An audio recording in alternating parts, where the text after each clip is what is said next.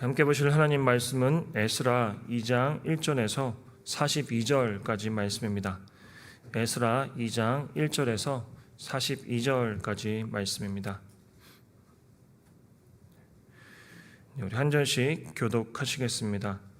옛적에 바벨론 왕 느부갓네살에게 사로잡혀 바벨론으로 갔던 자들의 자손들 중에서 노임을 받고 예루살렘과 유다 도로 돌아와 각기 각자의 성읍으로 돌아간 자 곧 스룹바벨과 예수아와 느헤미야와 스라야와 느엘라야와 모르드게와 빌산과 미스발과 비그웨와 르흠과 바하나 등과 함께 나온 이스라엘 백성의 명수가 이러하니 바로스 자손이 2172명이요 스바랴 자손이 372명이요 아라 자손이 775명이요 바한 모압 자손 곧 예수아와 요압 자손이 2812명이요 엘람 자손이 1254명이요 삿두 자손이 945명이요 삭게 자손이 760명이요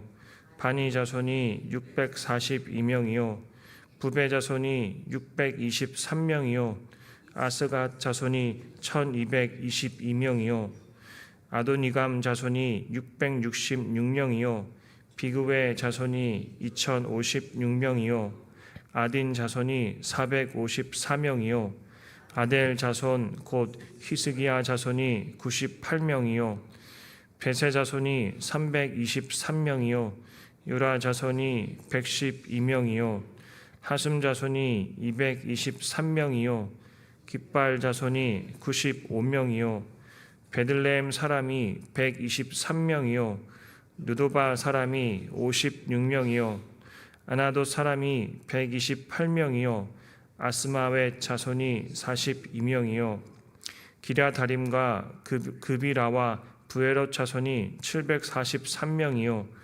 라마와 게바 자손이 621명이요 믹마스 사람이 122명이요 베델과 아이 사람이 223명이요 느보 자손이 52명이요 막비스 자손이 156명이요 다른 엘람 자손이 1254명이요 하림 자손이 320명이요 로드와 하딧과 오노 자손이 725명이요 여리고 자손이 345명이요 스나 자손이 3630명이었더라.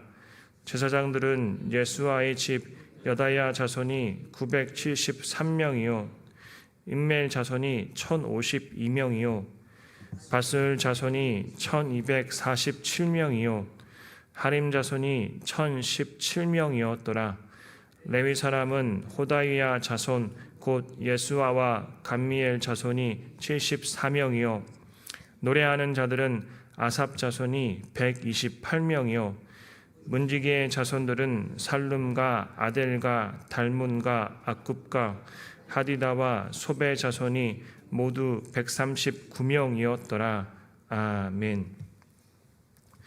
에스라 1장은 여호와께서 바사왕 고레스의 마음을 감동시켜서 이스라엘 백성들이 예루살렘으로 돌아가 성전을 건축하라는 조서를 내리는 내용입니다.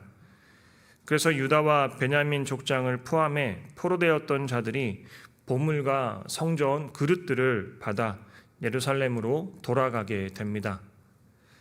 이제 2장에서는 70여 년 전 포로로 끌려갔다가 바벨론에서 돌아온 유다 백성의 자손들인 귀한 자들 명단과 인원을 소개하고 있습니다.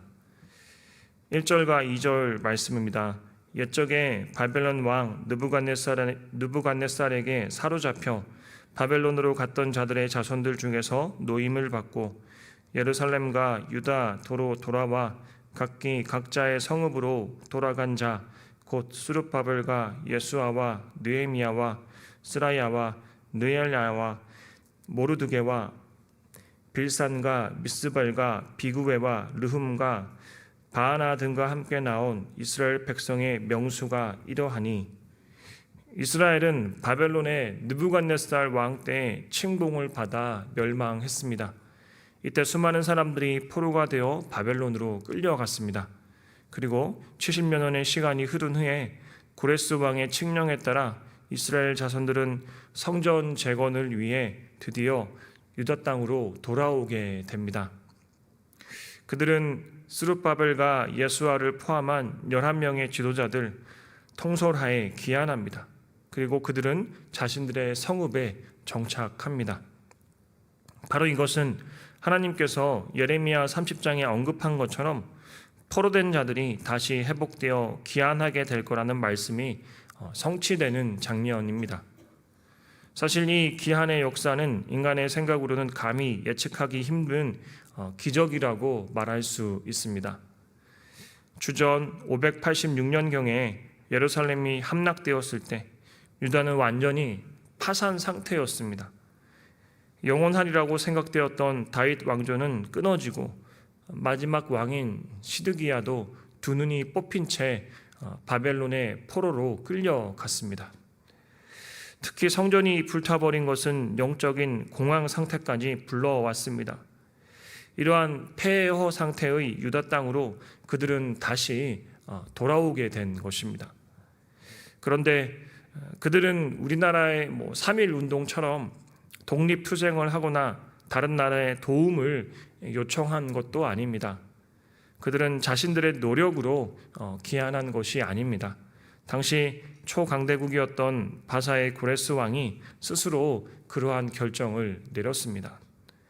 그런데 이 모든 역사 속에는 하나님의 일하심이 있었습니다. 하나님께서는 이스라엘 자손들에게 자비를 베푸셔서 그들을 해방시켜 주셨습니다. 하나님께서 고레스 왕의 마음에 감동을 주셔서 조서를 내리게끔 하셨습니다. 이렇듯 구원은 우리의 힘이 아니라 오직 하나님의 은혜로 이루어짐을 알 수 있습니다. 하나님의 은혜로 구원받은 성도는 하나님의 자녀가 됩니다. 하지만 입술로는 예수님을 믿는다고 하지만 정작 자신은 하나님의 자녀로 살아가야 한다는 것을 인식하지 못하는 경우가 많습니다. 하나님 자녀의 특징이 무엇이겠습니까? 자신의 생각과 뜻을 내세우기보다는 아버지 하나님의 뜻에 먼저 순종하며 살아가는 것입니다. 이제 나는 포로의 신분에서 벗어났으니까 자유롭게 내 마음대로 살아가야겠다라고 생각해서는 안 될 겁니다. 먼저 하나님께 감사하는 마음으로 겸손히 하나님의 은혜를 구하며 하나님의 뜻 가운데 살아갈 수 있어야겠습니다.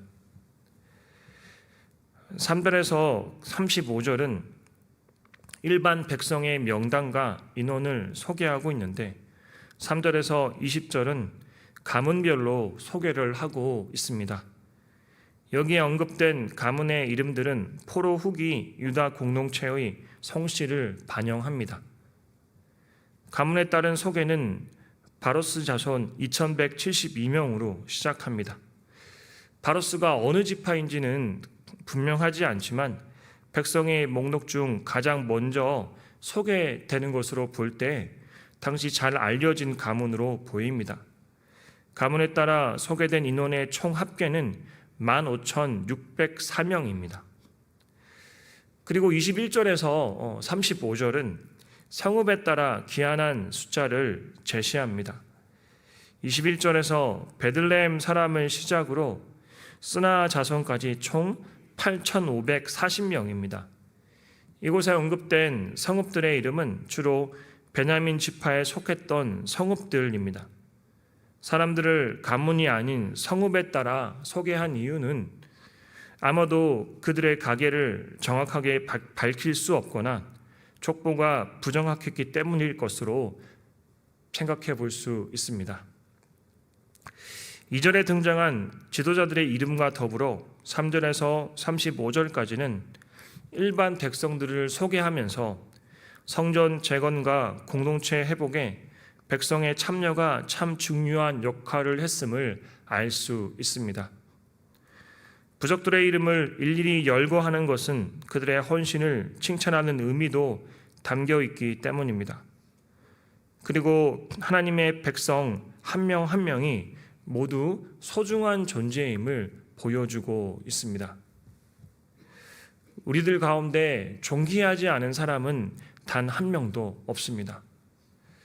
그런데 때로는 낮은 자존감과 열등감에 시달리며 다른 사람들을 참 불편하게 하는 경우도 있을 수 있습니다. 세상적인 기준과 가치관으로만 스스로를 바라보며 신세를 한탄하기도 합니다. 하지만 하나님께서 존귀히 여기시는 나 자신을 하찮게 여기는 태도는 분명히 잘못되었다고 할 수 있습니다. 우리 스스로가 하나님 나라의 백성으로서 그리고 하나님 아버지의 자녀로서 참으로 존귀한 자임을 스스로 인식하며 살아가야겠습니다. 일반 백성들의 목록에 이어서 36절에서 39절은 제사장들의 숫자가 소개됩니다. 가장 먼저 36절에서 예수와의 집 여다야 자손의 숫자가 나옵니다. 예수와의 집으로 소개되는 것으로 볼 때 여다야 자손은 2절에 나오는 대제사장 예수와가 속한 가문으로 볼 수 있습니다. 그리고 역대상 24장 7절을 보면 여다야는 다윗 시대의 제사장입니다. 제사장들의 목록은 다윗 시대에는 24개의 가문이 있었지만 지금은 여다야, 임멜, 바스훌, 하림 자손으로 4가문만 언급됩니다. 이것은 제사장들 중에서 일부만 기한길에 올랐음을 의미합니다. 그 외에 다른 제사장 가문들은 나중에 기한한 것으로 볼 수 있습니다. 지금 기한한 제사장들의 숫자는 총 4,289명입니다. 40절에서 42절까지의 말씀을 제가 읽겠습니다. 레위 사람은 호다이야 자손 곧 예수아와 감미엘 자손이 74명이요 노래하는 자들은 아삽 자손이 128명이요 문지기의 자손들은 살룸과 아델과 달문과 아굽과 하디다와 소베 자손이 모두 139명이었더라. 40절에서 42절은 레위인들의 가문별 숫자를 고유 직무별 세 부류로 소개하고 있습니다. 먼저 호다이야 자손 곧 예수아와 감미엘 자손은 제사 업무를 도왔는데 인원이 74명입니다. 그리고 노래하는 자들의 경우에는 아삽 자손이 128명입니다. 이들은 주로 성전에서 예전 음악을 담당했던 사람들로 볼 수 있습니다. 마지막으로 문지기 자손들은 살룸과 아델과 달문, 악굽, 하디다, 소베 자손이 있었는데 모두 139명입니다. 이들은 성전 문을 열고 닫는 일과 성전의 연보궤를 지키는 일을 맡았습니다. 이스라엘 백성이 유다 땅으로 귀환한 것은 단순히 성전 재건축 자체만을 위한 것이 아닙니다. 하나님을 섬기는 성전 본연의 예배자로서 이러한 역할을 회복하는 것이 목적입니다. 제사장과 레위인의 귀환은 바로 이러한 예배자로서 회복을 위한 것입니다. 하나님께서 우리를 구원하신 목적 또한 같습니다. 하나님께서는 우리가 하나님을 찬양하고 예배하는 삶을 살아가도록 우리를 구원하셨습니다. 그래서 우리들은 하나님께서 우리를 구원하여 주시고 과거부터 지금까지 우리들의 삶 가운데서 일하셨던 것들을 늘 기억할 수 있어야겠습니다. 그래서 늘 감사하고 찬양하는 예배자의 삶을 기꺼이 살아가야겠습니다. 저는 군대에 있을 때 사단 군종병 보직을 받아 일하면서 새벽 기도회부터 늘 교회에서 예배드리고 일을 하는 게 제 주요 임무였습니다. 그러다 보니 군 제대 후에도 예배가 저에게 일처럼 느껴져서 예배자의 기쁨을 회복하기까지 꽤 많은 노력과 몸부림이 필요했었습니다. 우리가 교회에서 드리는 예배뿐만 아니라 예배의 생활화와 생활의 예배화를 실천하며 어떻게 하면 하나님의 기쁨이 되는 삶을 살아갈 수 있을까 고민할 수 있어야겠습니다. 그래서 하나님을 예배하는 예배자로서의 삶을 늘 살아갈 수 있어야겠습니다. 하나님께서 이미 우리에게 허락하신 하나님 자녀됨의 은혜를 누리며 하나님의 자녀답게 살아갈 수 있는 우리들이 되기를 축복합니다. 기도하겠습니다. 하나님 아버지, 우리를 창세전부터 사랑하셔서 우리를 택하시고 주님의 귀한 자녀로 삼아주셔서 감사드립니다. 우리가 하나님의 전적인 은혜로 구원받은 존재임을 기억하고 감사하며 그 은혜에 합당한 주님의 자녀로서의 삶을 살아갈 수 있게 하여 주시옵소서. 또한 이제는 낮은 자존감과 열등감으로 다른 사람들에게 상처 주지 않게 하시고 더욱더 하나님 아버지의 마음을 품고 스스로를 존귀한 자로 여기며 살아갈 수 있도록 우리들의 마음과 생각을 지켜주시옵소서. 우리를 통해서 날마다 하나님의 사랑과 은혜가 드러나는 주님의 통로로서 참된 예배자의 삶을 살아가는 우리들이 되게 하여 주시옵소서. 예수님의 이름으로 기도드립니다. 아멘.